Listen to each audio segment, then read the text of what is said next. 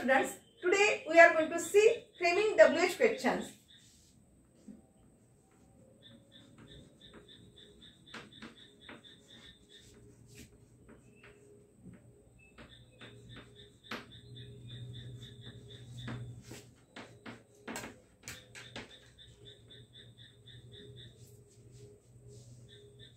तर आजच्या तासामध्ये आपण असे काही वाक्य बघणार आहोत, ते म्हणजे WH क्वेश्चन्स कशा प्रकारे तयार करायचं. तर विद्यार्थी मित्रांनो, सगळ्यात पहिले जाणून घ्या आता WH वर्ड्स कोणते असतात. WH वर्ड्स बघा, जाणून घ्यायचं आहे WH वर्ड्स. आता प्रश्नार्थक शब्द कोणते असतात, जसे की when, whose, why, whom, who, where आणि how, how many, how much. हा, चला WH वर्ड्स बघा कोणते असतात. when, whose, why, whom, who, where, how many, how much, what, etc. तर यापैकी जर वाक्याच्या सुरुवातीला येत असेल तर ते झाले तुमचे WH वर्ड्स नि सुरू झालेला प्रश्न. आता नेमकं तुम्हाला या WH वर्ड्सचा वापर कुठे करायचा आहे, तर याविषयी आपल्याला जाणून घ्यायचं आहे की पेपरला तुम्हाला प्रश्न कोणत्या पद्धतीचा येतो.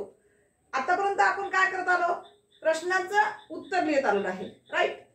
आता आपण नेमकं काय करायचं आहे, दिलेलं वाक्य जे राहील त्या वाक्यामध्ये उत्तर राहील त्याचा तुम्हाला प्रश्न बनवायचा आहे, जे की WH वर्ड वापरून आपल्याला काय करायचं आहे, प्रश्न बनवायचा आहे. बघा म्हणजे नेमका प्रश्न कसा विचारण्यात येईल, ब्रॅकेटमध्ये तुम्हाला कशा पद्धतीने सांगेल. बघा आता या ठिकाणी अशा पद्धतीचा प्रश्न येऊ शकतो. Frame WH question to get the underlined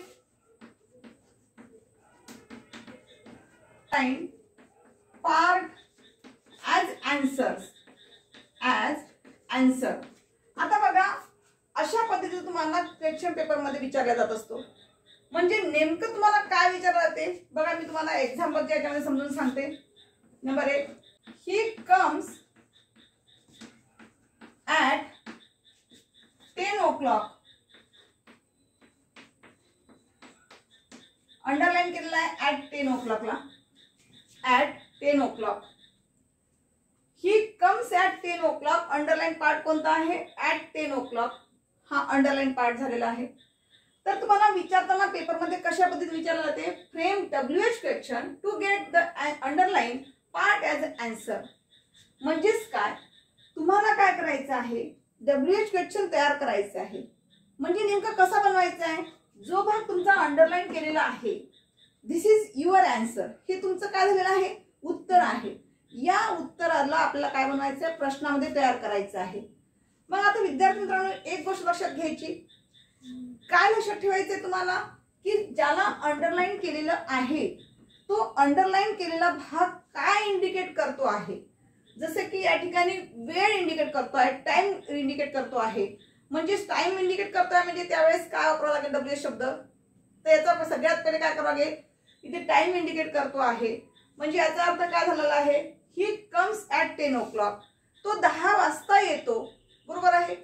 उत्तर काय झालं तुमचं, 10 वाजता. तर तुम्ही प्रश्न कसा तयार कराल, तुम्ही प्रश्न कशा पद्धतीने तयार कराल, तो केव्हा येतो, बरोबर आहे.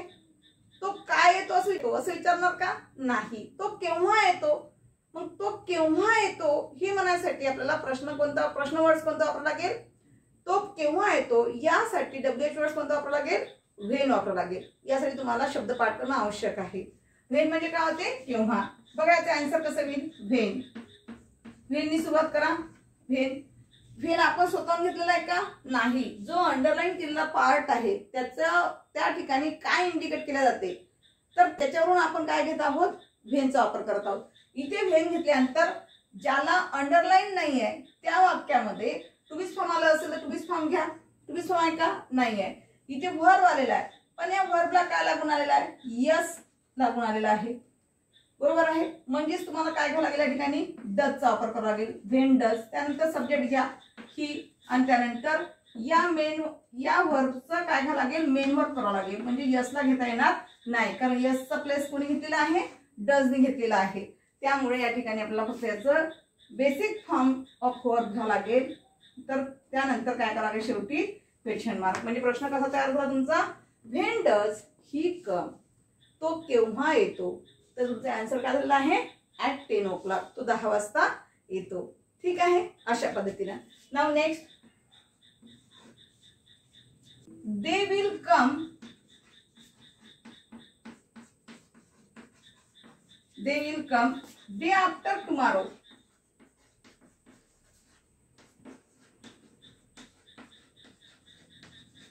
अंडरलाइन पार्ट बघा कशाला आला, डे आफ्टर टुमारो. या ठिकाणी सुद्धा काय घेता येईल सुरुवातीला, दे will come day after tomorrow. म्हणजेच काय, वेळेचं आपल्याला सांगितलेलं गेलेल्या उत्तरामध्ये ते येणार आहे. कधी येणार आहे, डे आफ्टर टुमारो. म्हणजेच आपल्याला वेळेची संकेत दिलेला आहे. मग त्यासाठी वेळेचा संकेत दिल्यामुळे त्या ठिकाणी सुद्धा आपल्याला WH वर्ड कोणता वापरावा लागेल, व्हेन वापरावा लागेल. इथे व्हेन घेतल्यानंतर या वाक्यामध्ये ज्याला अंडरलाईन केलेलं नाहीये त्या वाक्यामध्ये टू बी फॉर्म आलाय का बघा. जर टू बी फॉर्म नसेल तर हेल्पिंग वर्ब किंवा मॉडल ऑक्झिलरी कुठला आलाय का बघा. तर या ठिकाणी कोणता आहे ते बघा. या ठिकाणी काय आलेलं आहे, विल आलेला आहे. WH वर्ड नंतर डायरेक्ट विल घ्या, त्यानंतर सब्जेक्ट घ्या दे, त्यानंतर जे वर्ब आलेला आहे ते वर्ब घ्या, शेवटी क्वेश्चन मार्क. चला नेक्स्ट सेंटेन्स कडे बघूया. तुम्हाला आणखी एक ट्रिक सांगते. व्हेननी प्रश्न बनवायचा म्हणजे काय लक्षात घ्यायचं, कधी पण लक्षात ठेवायचं. जर अंडरलाईन केलेल्या वाक्यामध्ये टाइमशी रिलेटेड जर शब्द येत असेल तर सरळ सरळ व्हेनचा वापर करा.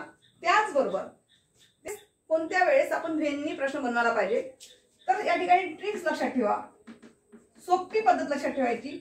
जर वाक्य अंडरलाईन केलेल्या भागामध्ये टाइम रिलेटेड वर्ड्स आलेला असेल, टाइम रिलेटेड म्हणजे टाइमशी संबंधित शब्द आलेला असेल अंडरलाईन मध्ये, अंडरलाईन केलेल्या वाक्यामध्ये टाइम रिलेटेड वर्ड्स येत असेल तरी देखील व्हेननी प्रश्न बनवायचा.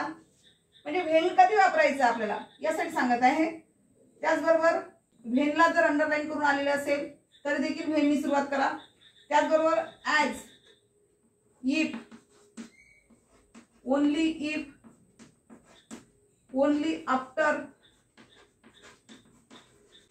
आलेले असतील तर सरळ सरळ व्हेननी प्रश्न तयार करायचा.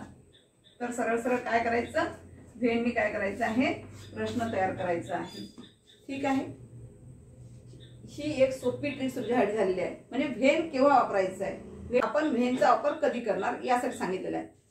त्यामध्ये आपण व्हेनचा वापर WH वाक्यामध्ये WH प्रश्न करत असताना कशा पद्धतीने करायचा आणि त्यासाठी कोणत्या प्रकारे ट्रिक्स वापरायच्या आणि नेमकं आपल्याला कोणत्या पद्धतीने लक्षात ठेवायचं आहे याविषयी आपण माहिती जाणून घेतलेली आहे. In the next video we will see the next part of WH questions. Thank you.